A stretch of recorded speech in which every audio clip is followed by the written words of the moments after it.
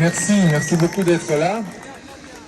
Alors, quand on a déclaré qu'il y avait une épidémie de Covid, d'abord on a eu une Maggie qui nous a dit que c'était une grippette, après avoir fait un peu de joie avec tout le stock de masques. Puis on s'est rendu compte que c'était pas vraiment une grippette, on a changé de narratif. Alors du coup ça devenait l'Ebola. C'est pas l'Ebola non plus. Mais que ce soit une grippe ou l'Ebola, je pense que le rôle des médecins, c'est d'aller soigner les gens à domicile. Oui, bravo. Et ce qui s'est passé, c'est tout le contraire. Donc, on a donné la consigne à tous les médecins généralistes de faire des tests PCR à tour de bras, mais de laisser les gens avec d'Afalgan chez eux. Jusqu'à ce que, à un moment donné, la situation s'empire. Et puis là, ils se sont retrouvés aux soins intensifs. Aux soins intensifs où, comme tous les ans, avec la grippe, on se retrouve en flux tendu avec un débordement. Donc ça, c'est pas nouveau non plus. Maintenant, en 18 mois, on n'a pas fait grand-chose pour augmenter les capacités des soins intensifs à vraiment soigner non plus.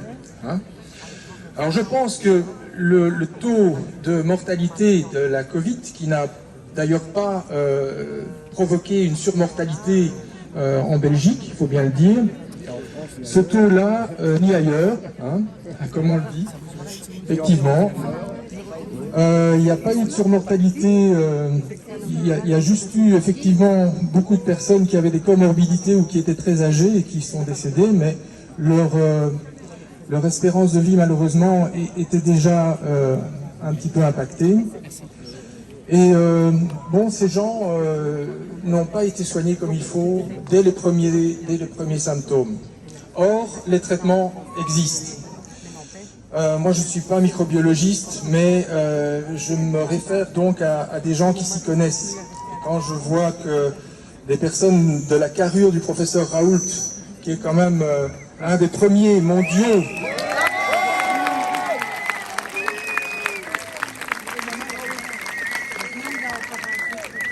et qui a valorisé le traitement à l'hydroxychloroquine, qui n'était pas d'ailleurs il n'était pas le premier à l'utiliser, il avait été utilisé avant.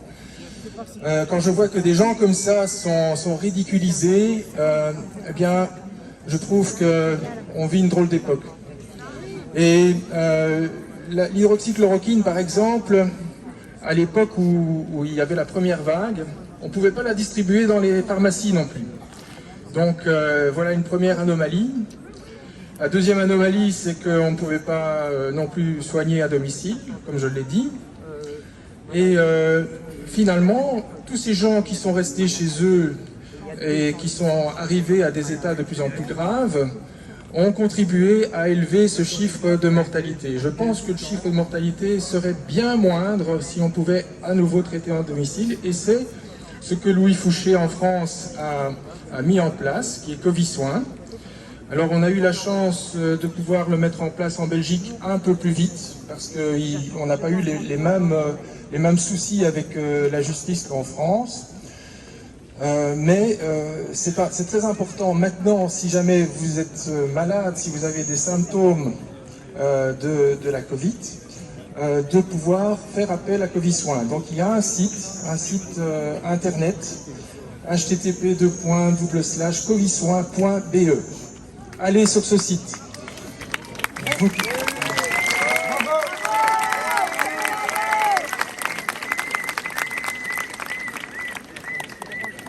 N'oubliez pas de laisser un numéro de téléphone. Il y a des secrétaires qui vous mettront en lien avec des soignants de votre région qui peuvent se déplacer à domicile et qui peuvent même fournir des soins d'oxygénothérapie, d'anticoagulothérapie ou de corticothérapie si nécessaire.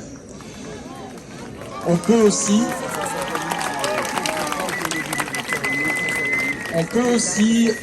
aider à la sortie de l'hôpital pour désengorger les soins intensifs. Alors non seulement les gens seront mieux soignés, ils évolueront moins vers des formes graves, mais en plus on évitera de donner ainsi au gouvernement une excuse pour le prochain confinement. Tout à fait.